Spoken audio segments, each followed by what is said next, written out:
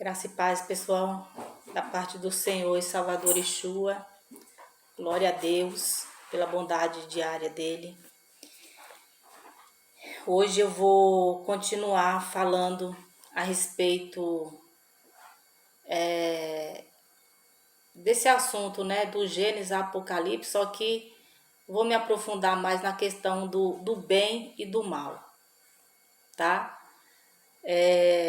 Para ter convicção do bem, é preciso saber o que é mal, para que a gente testifique de fato que algo é perfeito, é bom, é agradável, como a vontade de Deus. A gente precisa conhecer o outro lado, não necessariamente vivenciando, né? Mas observando. O mundo, ele é um acervo, né? A ser observado. Amém? Em todas as questões que vier aí à sua mente. Então, hoje eu vou me aprofundar nessa questão do bem e do mal, porque, como eu estou colocando aí de modo espiritual, entendendo Gênesis a Apocalipse, existem vários tipos de vídeo interessantíssimo, vai falar da questão das datas, né, dos tempos, vai falar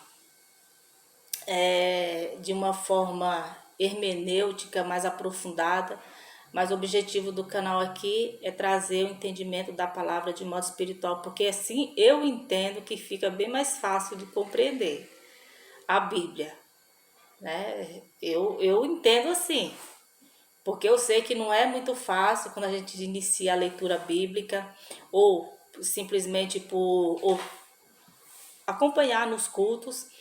É muito extraordinário quando a gente começa a ler e já a mente está engrenada na compreensão, né, dos tempos, do porquê de cada ordenança, o porquê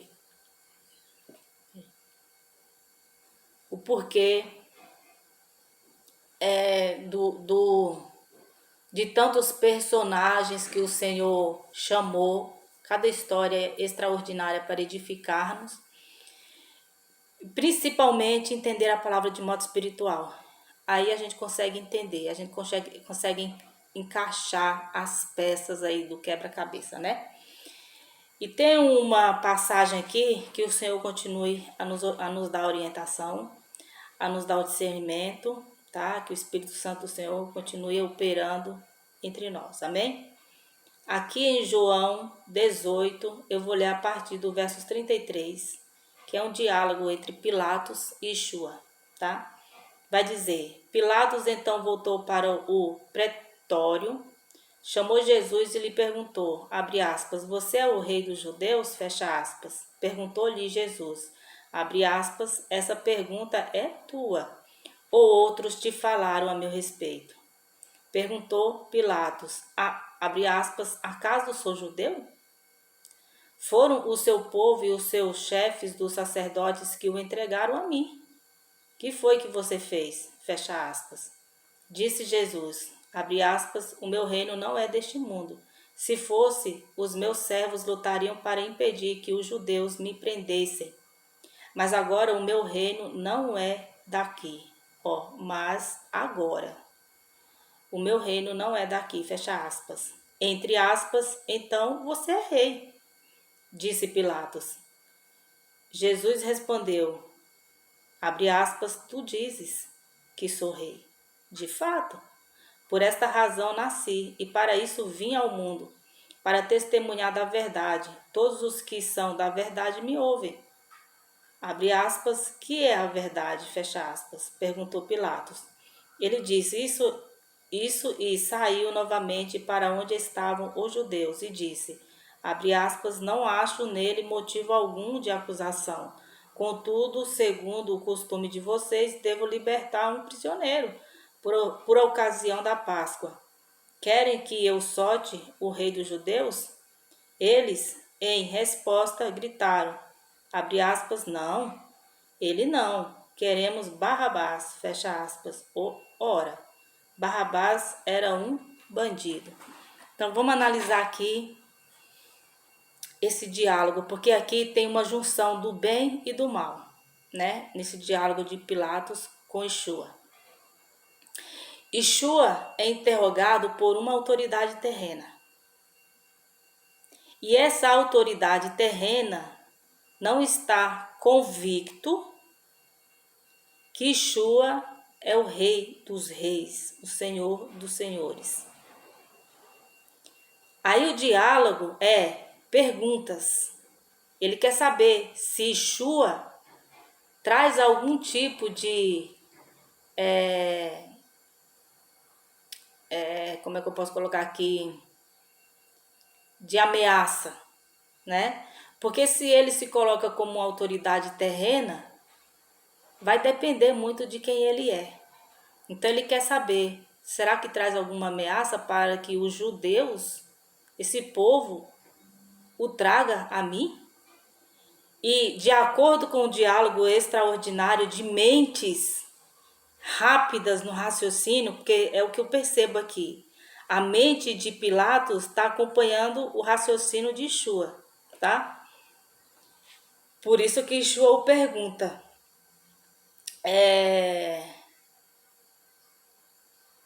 Yeshua pergunta aqui, peraí. Perguntou-lhe Jesus, versos 34, gente. Perguntou-lhe Jesus, essa pergunta é tua? Porque se ele fala assim, sim, eu quero saber. Aí detectar o quê? É uma pergunta política, é uma pergunta de alguém muito preocupado na questão de poderes, né? De quem eu represento aqui na Terra, né? Ou outros te falaram a meu respeito. Então Pilatos estava aqui, segundo a resposta dele, que ele responde, né? Acaso sou judeu? Foram o seu povo e o chefe dos sacerdotes que o entregaram a mim. Que foi que você fez? Então aqui a resposta dele fica claro para Yeshua que ele não é mais um negacionista, ele não é mais um tripudiador, arrogante, ele não é mais, como esses judeus, né? Ele não é mais um cego, ele é apenas uma autoridade ali, né? Então esse diálogo, o jeito eu tô meditando aqui e é algo assim, como é maravilhoso a gente entender a palavra, né, do Senhor. Então ele responde de uma forma boa. Soa a Yeshua uma resposta boa, porque ali, não sei se vocês já ouviram, né, que o valor de uma alma é como se uma alma vale mais do que um estádio inteiro. Acho que vocês já ouviram esse ditado, né? Acredito que baseado no que diz a palavra, que mais vale uma ovelha arrependida do que 99 que não tem do que se arrepender. Então Yeshua considera cada alma. Pilatos é uma alma, né? Disse Jesus, o meu reino não é deste mundo. Aqui ele já vai acender uma luzinha na mente de Pilatos. Ops! Então ele afirma que ele é rei, mas não deste mundo. Se fosse, os meus servos lutariam para impedir que os judeus me prendessem. Percebe que a resposta aqui de Yeshua, né, que ele está falando que o reino dele não é deste mundo, não os reinos como a gente conhece, né? Não o reino de autoridades terrenas, não o reino de lutas e massacres por conquistas injustas. Yeshua não tem parte com esses reinos. O reino dele é superior, o reino dele é de transformação, é de retidão, é de justiça. Então Pilatos aqui ele já sabe que ele não é rei nem autoridade como os homens aqui. Ele é algo maior, né?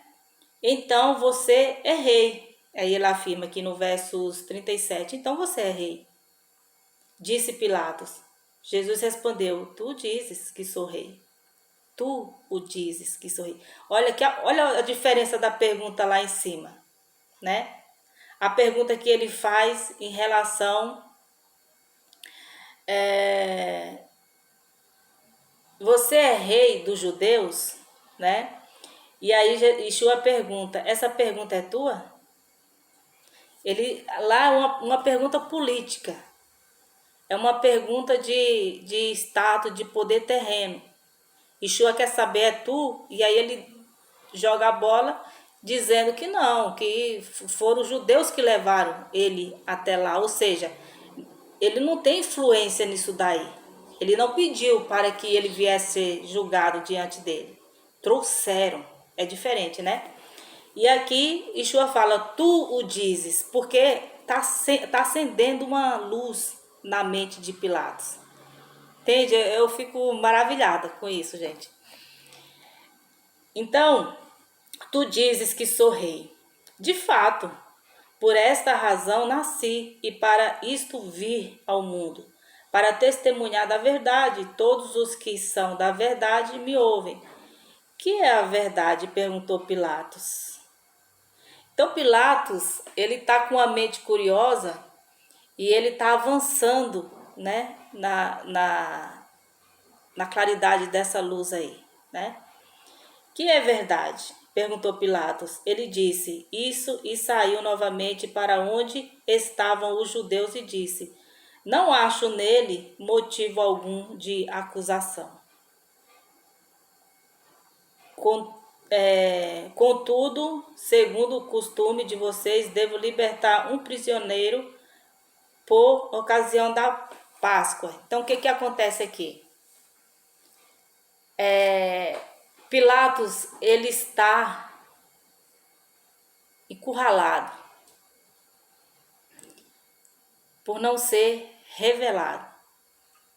Não era o momento, né? Mas ele não foi revelado. Yeshua chegou até certo ponto. Yeshua queria, e já conhecendo, mas queria ouvir da boca dele um testemunho para que ficasse aqui registrado a respeito do que ele tinha como julgamento dele. Então, Pilatos chega à conclusão que ele não tem nada para acusá-lo. Eu vou acusar ele do quê? Ele não está dizendo que ele é autoridade entre nós. Rei aqui, né? Rei terreno. E o reinado dele, a mim, pela visão, acredito, de Pilatos, não traz ameaça alguma. E aí ele fala da verdade. Soou para Pilatos como algo que, ele não tem por que condená-lo. Alguém que está trazendo o conceito de verdade, qual mal, que mal está vindo nele. Só que tem a questão da influência humana, né? Ali estavam os judeus e ele faz a pergunta. A verdade não estava nos judeus. A verdade, ela estava sendo sufocada. Eles queriam que essa verdade vinda pelo o justo, humilde, fosse apagada, sufocada. Porque, como coloquei, né, nos vídeos, nos 5 últimos vídeos aí, em especial esse que tem ali encontro com a mulher samaritana, eles viam que ele não estava em comum acordo com eles, com a forma do sacerdócio deles ali. Ele estava trazendo conceitos mais excelentes, que exigiriam a compreensão voltada para a retidão, a justiça, o amor, a fidelidade, a misericórdia, o perdão. Eles não estavam habituados a esse tipo de compreensão, né?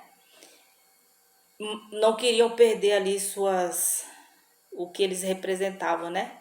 Em relação ao sacerdócio. E esse diálogo de Pilatos, então, ocorre que houve ali, né? Você já deve conhecer toda a história, uma troca de Pilatos por Barrabás. Gritaram Barrabás, Barrabás. Preferiram o bandido, preferiram o culpado no lugar do inocente. Absorveram o culpado e condenaram o inocente, condenaram à morte. E isso só poderia, acredito eu, acontecer naquele tempo, como Michua relata, se o reino dele fosse deste mundo, os servos não permitiria que tal coisa acontecesse. De fato, só naquela época mesmo, né? Hoje nós estamos num outro tempo. É claro que estamos esperando o Senhor em glória, não para ser mais o sacrifício, né? Então vocês vão observando o grau do mal, né? Yeshua ali, com poucas palavras com Pilatos, ele mostrou, e para que a gente medite, o câncer que é o mal. O mal nos lábios, o mal no olhar, o mal das decisões, o mal da rebeldia, da incredulidade, de não querer aceitar um rei que veio para trazer um conhecimento excelente e para tratar pessoas, para trazer a compreensão da profundidade de adoração e compromisso com o Criador. Eles não queriam isso, eles queriam continuar com as suas práticas que, dentro das suas convicções, né, eles andavam bem, eles faziam as coisas corretas. O Senhor certamente deixou eles um bom tempo agindo assim. O Senhor não os exortou, profetas, porque o que fora dito pelos profetas, eles tinham acesso. Eles poderiam ver que o que o Senhor queria, sempre colocando em Jeremias, Daniel, Isaías, todos os profetas, o que o Senhor exige: retidão, justiça, fidelidade, misericórdia, né? Os mandamentos que está lá no início, essa coisa do tratamento para demonstrar amor ao próximo, não tiveram amor nenhum à salvação, né? A verdade, que é o Filho. Aí eu vou aqui ler em Jó, que no vídeo, eu vou fazer uma junção aí, no vídeo anterior não deu para eu terminar, tá? Jó 4.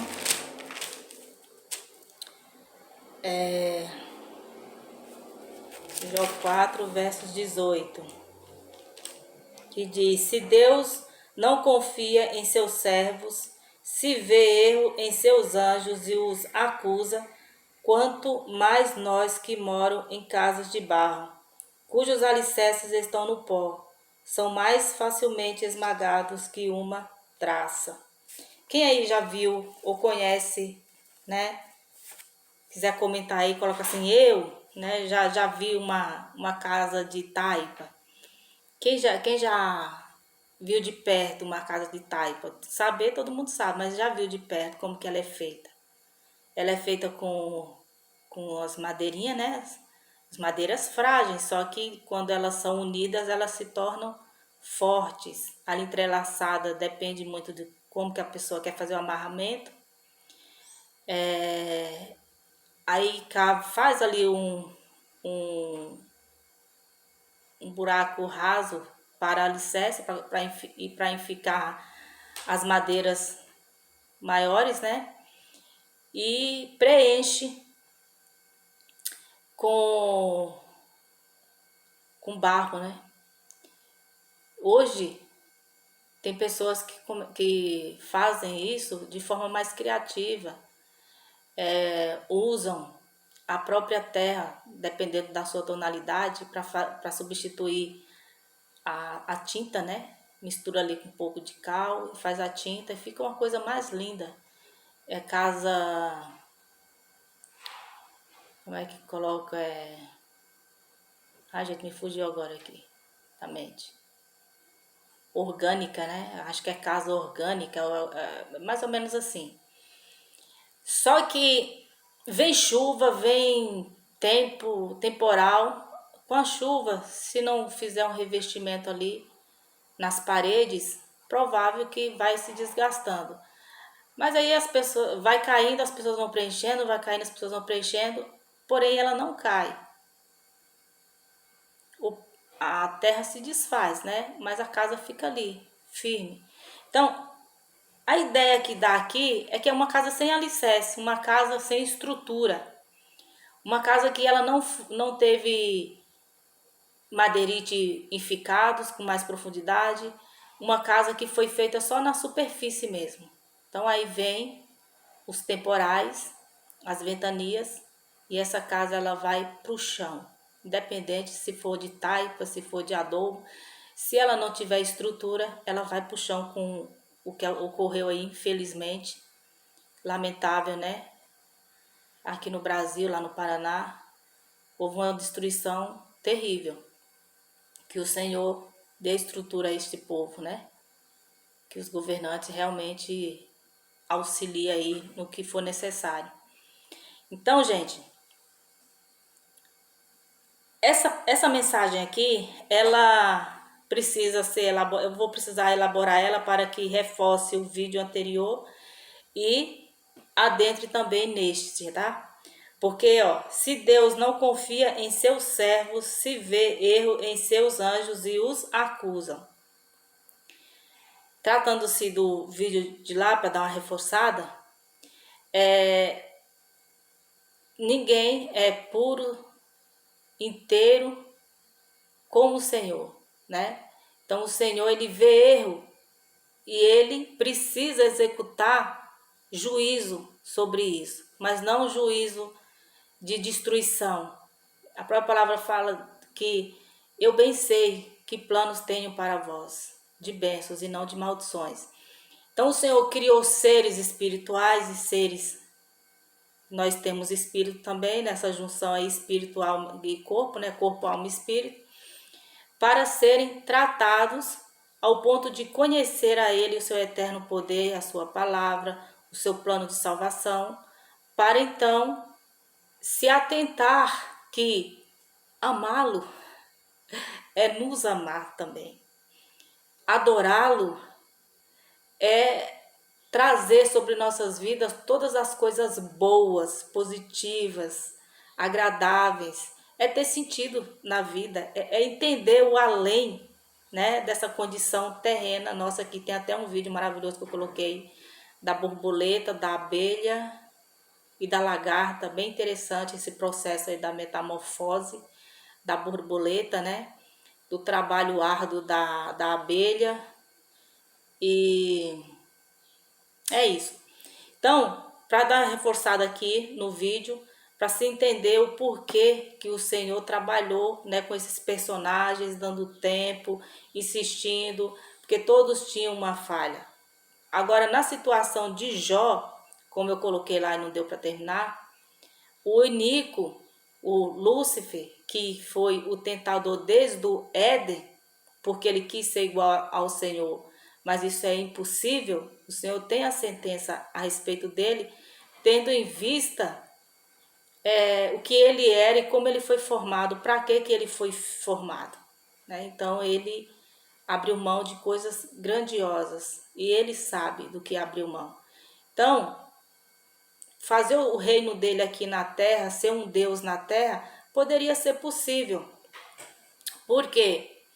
Porque ia tratar-se de pessoas limitadas, um pouco abaixo dos anjos, que se submeteriam à ação do Inico, como aí agora já vai entrar um monte de palavras aí como Tessalonicenses, que fala que o dia do Senhor não virá de modo algum sem antes vir o Inico, né, que é um apóstata, né, apóstata da fé, apostatou-se da fé,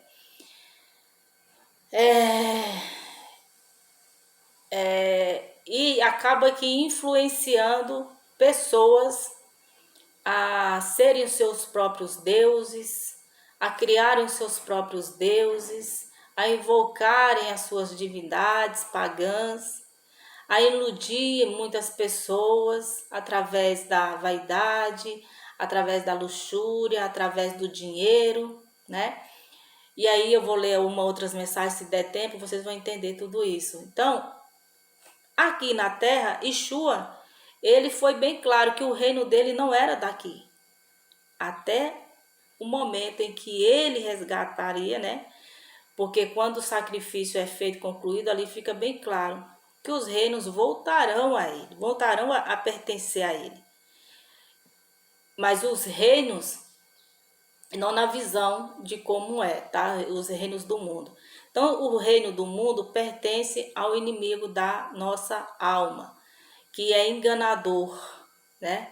Tá iludindo, enganando muitas pessoas. As pessoas, elas são tão ludibriadas e embriagadas que elas criam mentiras, elas criam faces do mal, onde as pessoas vivem, acaba que adotando e nem percebem. Para resumir aqui, né, para não ficar muito nessa questão. Agora, voltando aqui para a questão de ter a convicção do bem, né, é preciso saber o que é mal. Assim fica muito fácil, né, dá para dar tô dando umas pinceladas aqui da ração do iníquo, do que se tornou de Gênesis a Apocalipse, dessa coisa da maldade. Estou fazendo uma junção de tudo isso daí.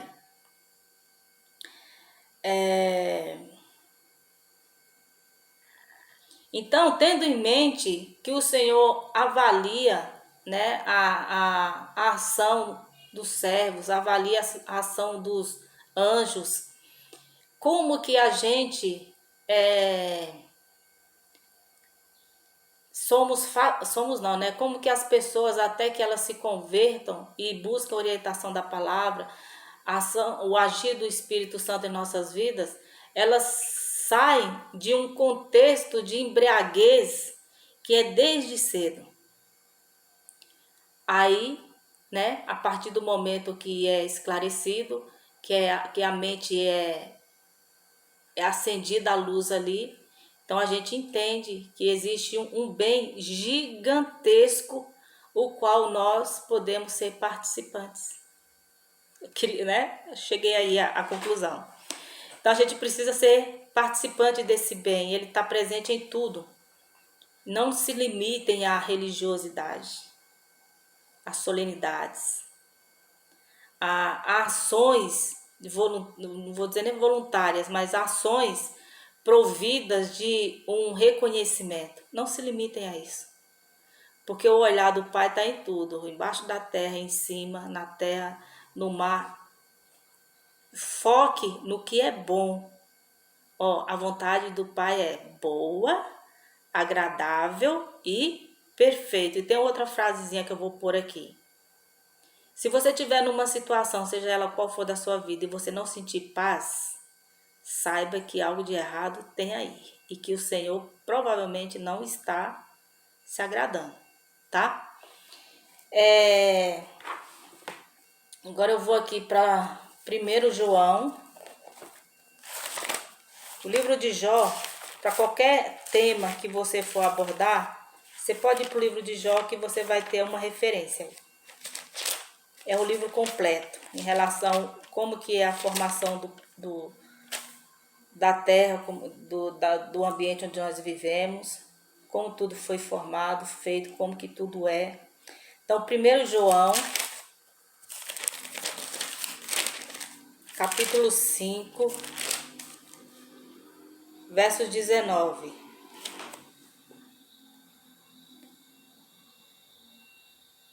Vai dizer: sabemos que somos de Deus e que o mundo todo está sob o poder do maligno. Sabemos também que o Filho de Deus veio e nos deu entendimento para que conheçamos aquele que é o verdadeiro.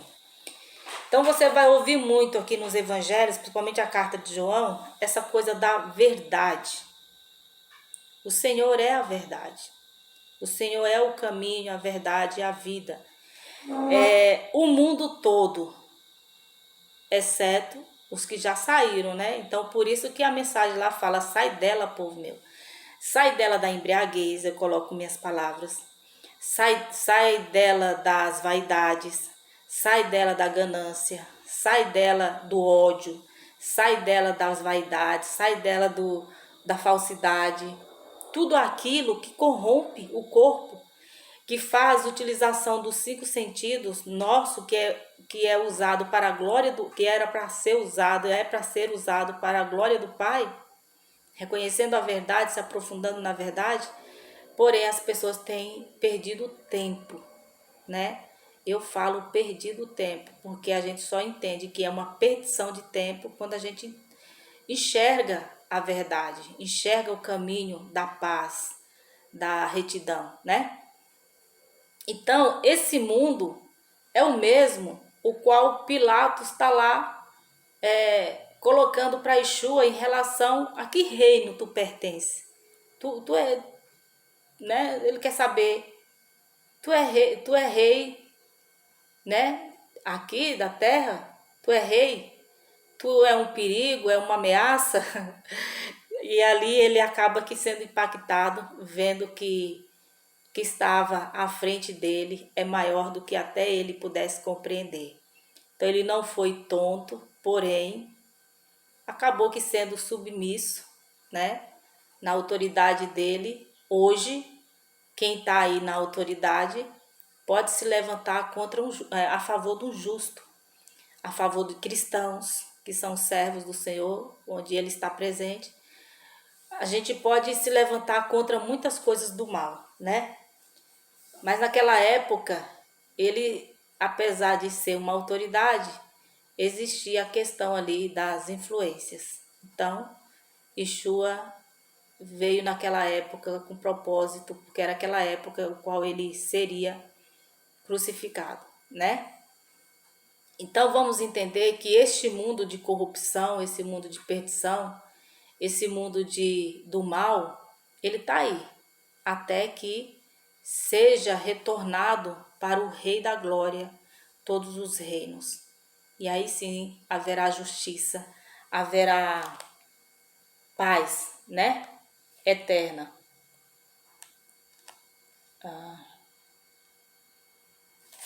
Deixa eu ir aqui, peraí.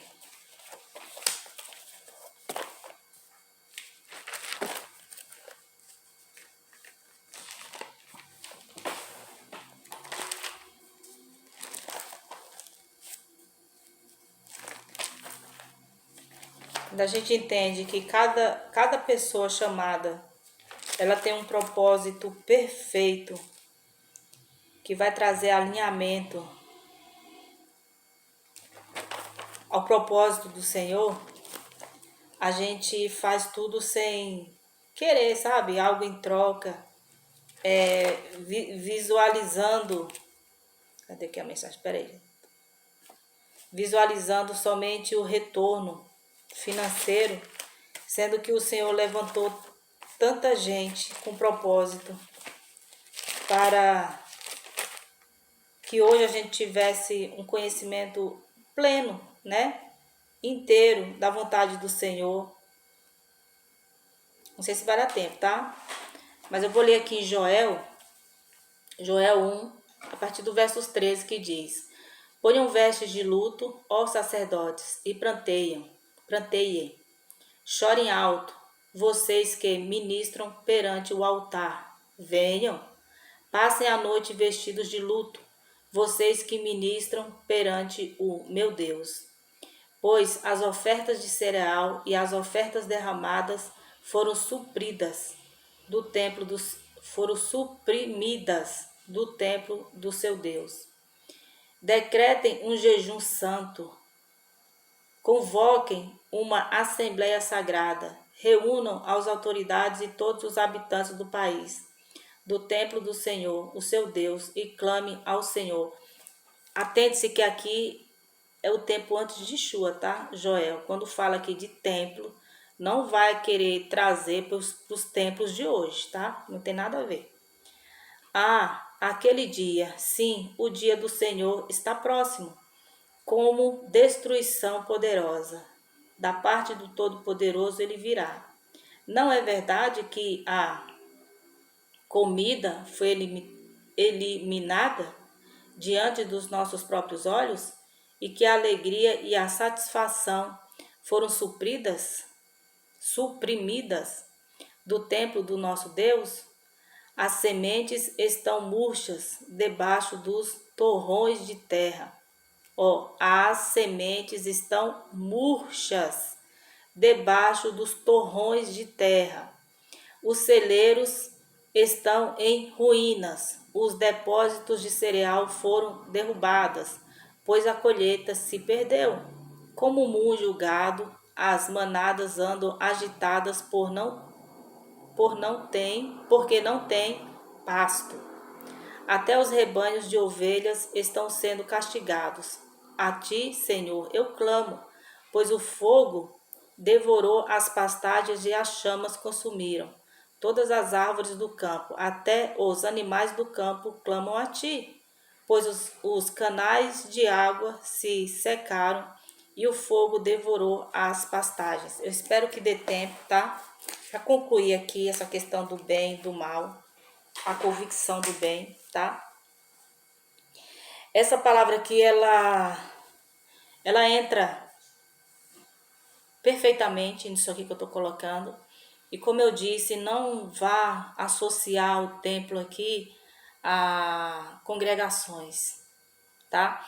Até porque o entendimento aqui é espiritual e essa palavra ela é 100% espiritual.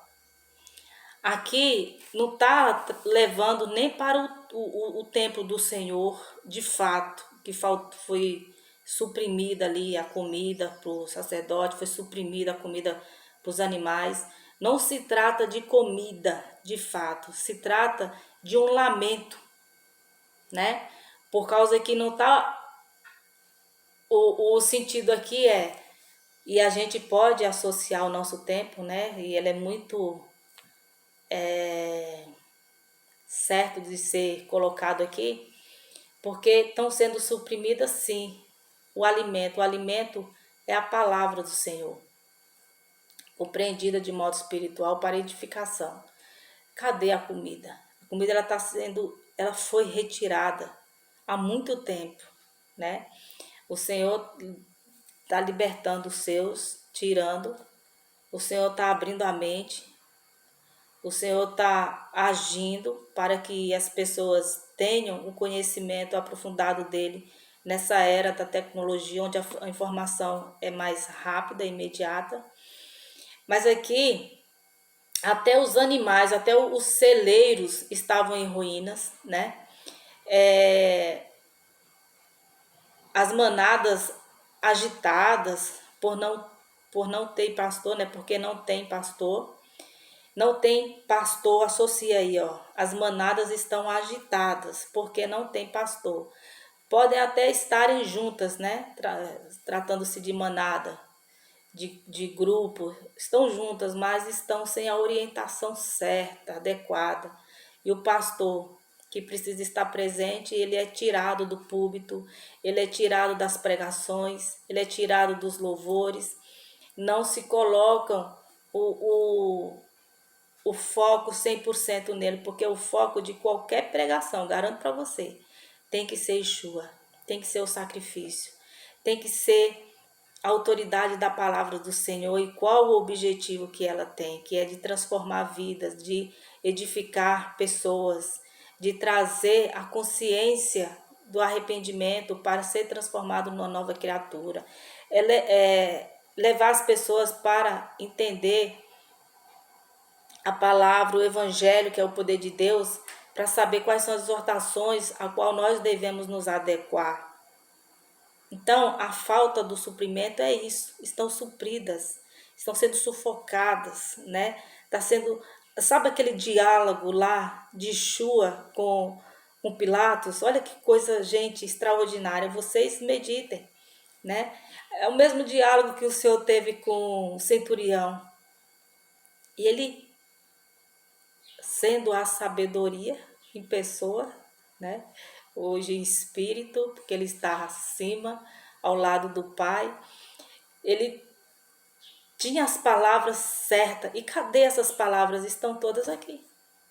Você lê de Mateus, você vai ver o verbo em carne, o filho em carne. Você vai de Gênesis a Malaquias, você vê ele trabalhando e agindo através da vida dos profetas, através dos servos, das servas, ele todo esse tempo elaborando meios de tratar com pessoas para que o propósito perfeito dele, que se cumpriria nele, fosse executado, fosse vivido. Muitas das vezes pode ser que eles não entenderam, mas eles obedeceram, porque eles viram que era algo grandioso, não partia deles. Hoje, quando a gente recebe um dom e esse dom precisa ser trabalhado, a gente vai vendo, não se trata da minha pessoa, é o Senhor trabalhando.